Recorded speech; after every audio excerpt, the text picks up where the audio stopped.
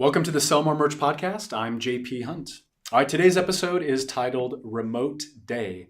Now I'm going to define and share the mechanics that revolve around Remote Day. But let me first share with you what led up to the adoption in my work week of Remote Day.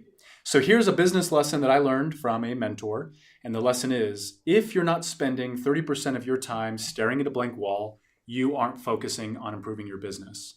So really the analogy of staring at a blank wall means dedicating time to considering the ways in which you can improve your business.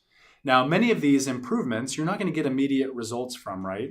So a classic example is Amazon. For years and years, Amazon wasn't returning profits to shareholders. They were focused on reinvesting to be in a position to generate profits and sort of command the market. So again, a lot of this strategy that you might implement in your business, you don't get immediate results, but it's the things that are going to be important 18, 36, 48 months from now, right? So what is Remote Day? Remote Day is a dedicated day of the week. It could be every 2 weeks, once a month. You can, of course, establish the cadence. It's entirely customizable. But effectively, Remote Day means I'm creating a dedicated, reoccurring, disciplined time. For me, it's every Thursday of the week, in which I'm working away from my office. It's distraction-free, focused time to, again, consider those things that matter. So with that said, let me kind of share with you the mechanics. We've already talked about distraction-free. So think about it when you're in your office, it's business as usual, right? You have some sort of standard daily tasks that you have to attend to, whether it be putting out fires, engaging with customers, your team members.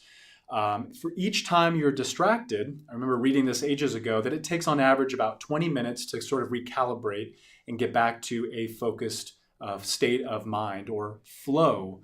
So with that said, for each of the daily distractions you get, there's a lot of wasted productivity trying to recalibrate, right? So really, a remote day is time where you can assure yourself that you are being as focused and productive as possible because you're not encountering the typical distractions that you might encounter in your office and in a typical workday. Now, dedicated time. So if I am disciplined and I know every Thursday of every week I'm doing Remote Day, well, that puts me in a specific, mental mind frame, right? I know that Remote Day means I'm focusing on those things that matter, that are going to have the big implications, right? So that leads me to a technique called pattern interrupt. So, if you change something, you're oftentimes going to change a person's state or mental pathway, right?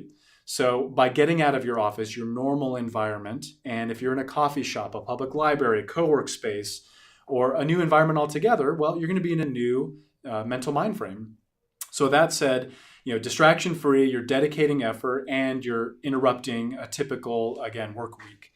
So here's one of the greatest benefits of adopting, Remote Day in your business practice is it sends an important signal to your team. So if your team knows that you take, growth and you take improvements dead serious, in fact, you dedicate 1 day a week to improving the culture, the business operations, customer satisfaction, those big important things, well, really sets a tone, right? You're leading by example. You're broadcasting to your team that you are focused on improvements.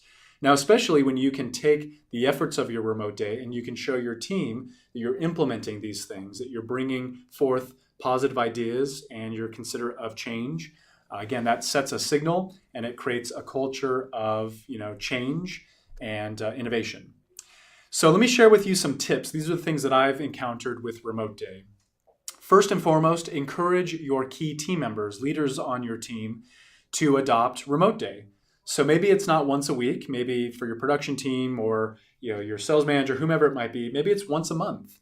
But encourage your key team members to get out of their normal environment, to pattern interrupt, and to consider the important things that will have implication on improving their area of ownership within your business. Now, of course, this is going to come with some strings attached, meaning maybe you want to see an agenda. What are you going to be working on for your Remote Day? What do you think is the most important challenge to solve for, or the biggest opportunity within your department? So you have an understanding of and expectations of what that day would look like. And then, of course, revisit the results. What plans do you have? How are you going to implement those plans? So again, there's some accountability tied to this. It's not a free-for-all or a cheat day, so to speak. You're going to get results from it.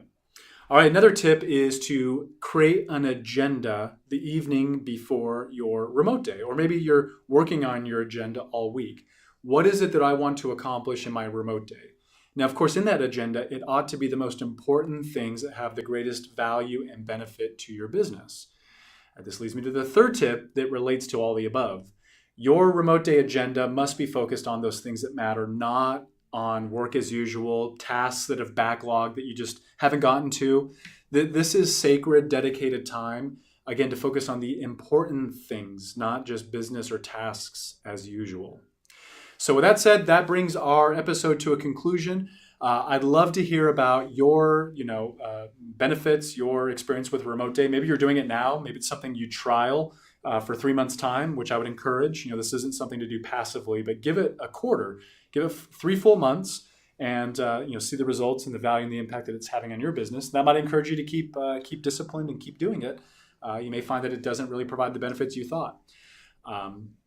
So I'd love to hear your experience. I'd love to hear your ideas if you're already engaged in remote day. I'd also like to hear any business challenges, marketing challenges, or topics that you want to hear about. And we can certainly try our best to integrate those into the Sell More Merch podcast. Now, you can reach out to me with feedback and ideas by emailing me at jp@inksoft.com. I'd love to hear from you. Well, thanks for tuning in, and we look forward to our next episode.